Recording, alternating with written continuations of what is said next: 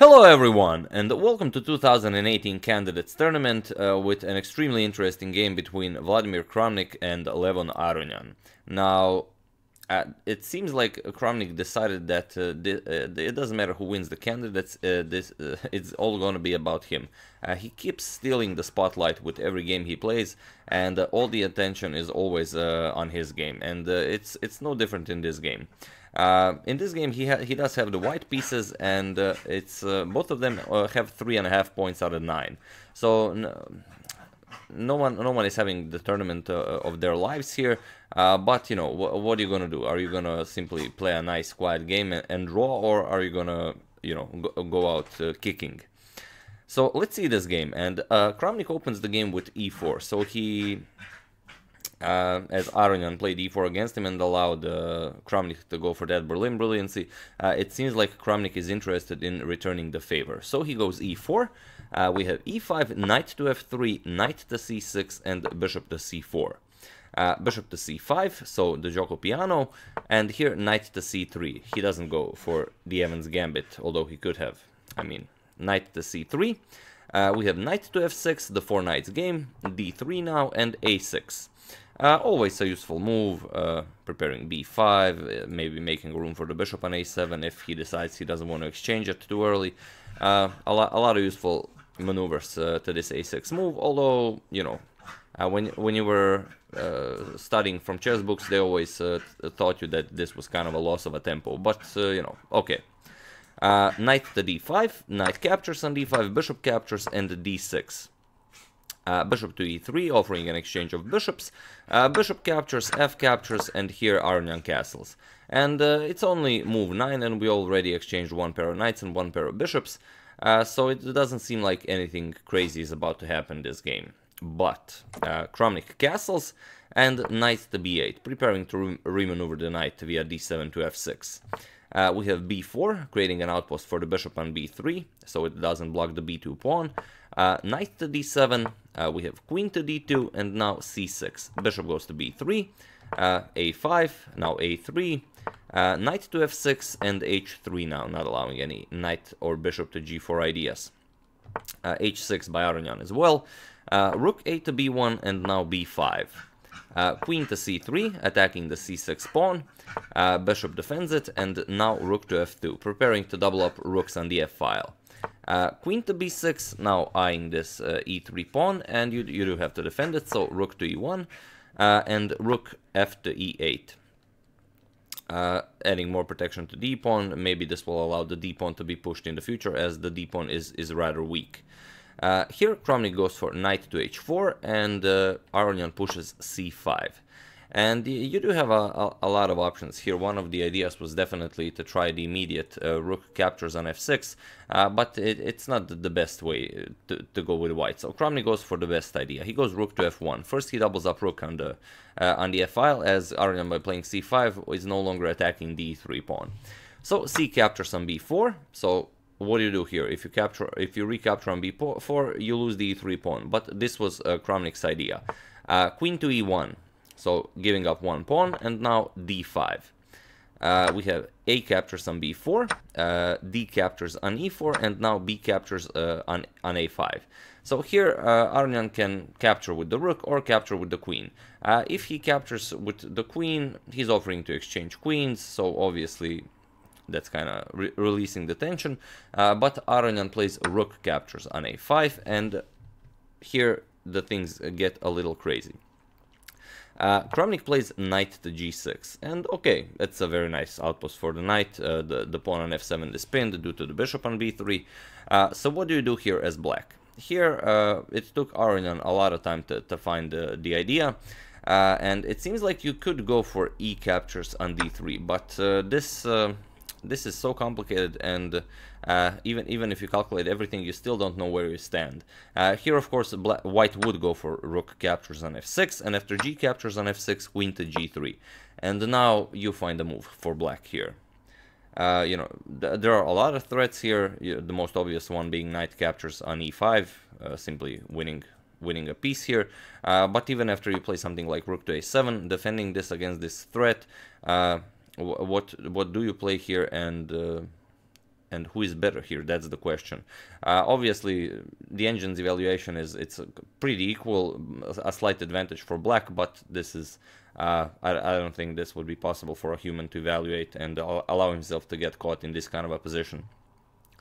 So after knight to g6, Aronian goes bishop to e6, immediately, nullifies the influence of this bishop on b3, so now f captures on g6 is a threat, but of course this allows knight captures on e5, so now Aronian plays e captures on d3, and now comes finally rook captures on f6. G captures on f6, rook captures on f6. So okay, this does hem in black's position a bit. This bishop on e6 is pinned, now it can't move due to the queen being on b6. And, queen is coming to g3, there are a lot of ideas here. The rook will be able to capture on h6. So Aronian plays the only precise defensive idea. He plays d2. And d2 is a very tricky idea. Now, of course, if you capture the d2 pawn, I mean, if you can capture it, you definitely want to. I mean, a passed pawn on d2, that's a very dangerous pawn. But if you capture it, then you get rook to a1 check, king moves, and now queen to a5, pretty much forcing you to exchange queens. You don't want to allow queen to e1. So this would be okay for black. But after d2, of course, Kramnik doesn't capture it. He goes queen to g3 check. And we have king to f8. King to f8 was the only move, but finding it, when you saw this position after queen to g3, you probably think, okay, it's game over. Of course, if king to h8, then rook captures on h6. This is checkmate. If king to h7, it seems like a reasonably good square, but then c4 wins the game. There is no defense against the bishop to c2. This checks the king has to move, rook captures on h6, it's game over. So, after this queen to g3 check, Aronian had to find a very nice defensive idea, but he already had to find it when he played d2, king to f8 here. And this actually allows knight to d7 check. Checking the king, forking the queen, you can't capture the knight, otherwise rook captures queen on b6. So if Kramnik did play this knight to d7 check, then Aronian had in mind king to e7, and after the knight captures, then comes rook to a1 check. King moves, now comes rook to h1 check, king has to capture, now pawn to d1, promoting to a queen. King moves, and now king captures on f6, and now black is again up the exchange, and it's questionable if black could get out of all the checks here. But if he could, he would definitely not be worse, and I mean, black can only be better here. Black can't be worse here. So this was the idea Aronian had when he played this king to f8 move. So Kramnik didn't play knight to d7, although realistically this was his best shot. He played rook to f1, and rook to f1 isn't the most precise move, but again, what do you play here as black? Rook to d8, simply threatening this pawn to d1 seems like the way to go, but Aronian goes rook to a7. He wants to defend the f7 pawn. Here we have knight to g6 check, king to g7, and now knight to f4 check. King moves to h8, and now knight to h5. And all of a sudden Kramnik is threatening queen to g7 checkmate. So here you can't play rook to g8 defending, because queen to e5 will be deadly, so f6 Aronian plays. So the rook from a7 is defending g7. We have knight captures on f6, and now rook to f8, as the rook was attacked, and also if the knight moves, then rook captures on f1 will be deadly. Here queen to f4, now threatening queen captures pawn on h6 with check, followed by queen to h7 checkmate. And here there is only one move that Aronian can play that successfully defends this position for black. He played rook to h7. Now, of course, this defends the h6 pawn, and also you can't grab with the knight because you lose the queen on f4. Here, queen to e5 was played. And now there are a lot of moves here Aronian could play. Unfortunately, he chose the worst move possible. For example, rook to g7 is fine, simply not allowing any discoveries, blocking the queen's X-ray attack to the king. but he played queen to c7 with the idea of exchanging rooks, and here there are plenty of ways to win for white, but you know, feel free to pause the video here and find the move for yourselves. In the game, I do hope you try and solve it. I will give it a couple of seconds as usual. For those of you who found it, congratulations. It's not that difficult to move, as Kramnik did play it pretty fast. It's I don't know, since I'm not watching the official stream, I don't know the times on the board exactly. But I'd say Aronian was extremely low on time when he played queen to c7, and here Kramnik played knight to e8 check, and it was in this position that Aronian resigned the game. What would follow is, if you, for example, move the king, simply queen captures with check, queen blocks, now comes rook captures, and after knight to f6 check, king moves, queen checks, king moves, and now queen captures on f7 with check, king moves, and queen captures on h7. This is checkmate, but a lot of other interesting lines are possible.